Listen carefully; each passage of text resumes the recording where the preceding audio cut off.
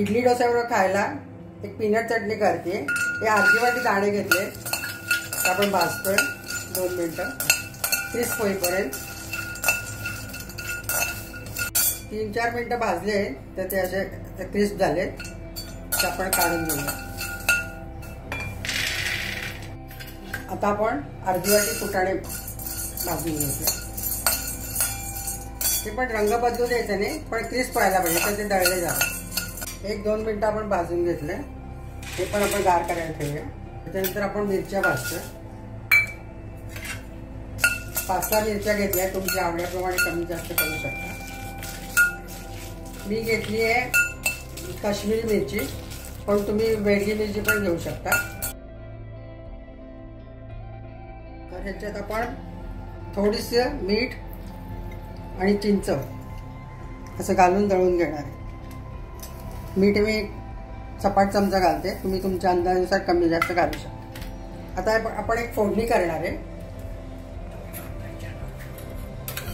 तुम्ही आजीचा आजचा चॅनल बघताय, त्याच्यासाठी मी चटणीचा प्रीमिक्स दाखवते।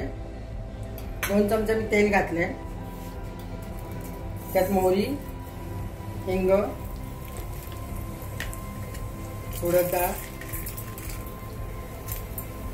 गॅस बंद केलाय, डाळ थोडी गुलाबी होईल,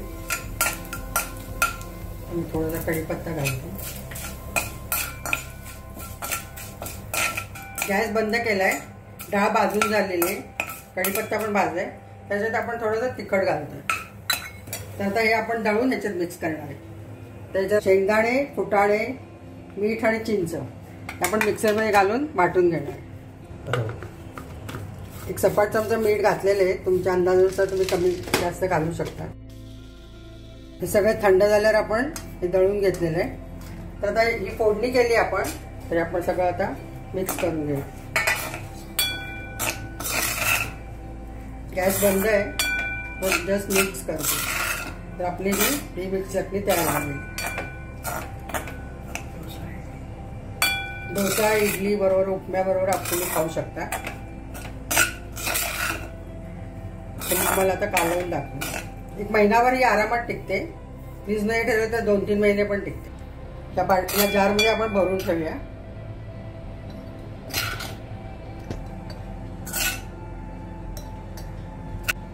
हे शेंगदाण्याची चटणी प्रीमिक्स आहे, तर आपण त्यातले 2 चमचे घेऊया। तर याच्यात मी चिंच घातली आहे, म्हणून मी पाण्यातच कालवते। जर तुम्ही चिंच नाही घातली तर दह्यात कालवायची। त्याच्यात मी पाणी, तुम्हाला जितकं चटणी पातळ किंवा घट्ट हवी असेल त्याप्रमाणे तुम्ही पाणी घालू शकता।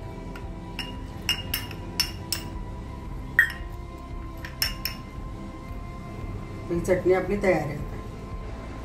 ही पीनट चटणी आहे, ती तुम्ही डोस्याबरोबर, इडली बरोबर, उपम्या बरोबर खाऊ शकता। खूप सुंदर चव येते, तुम्ही करून बघा। आवडला तर लाईक करा, शेअर करा आणि सबस्क्राईब करा।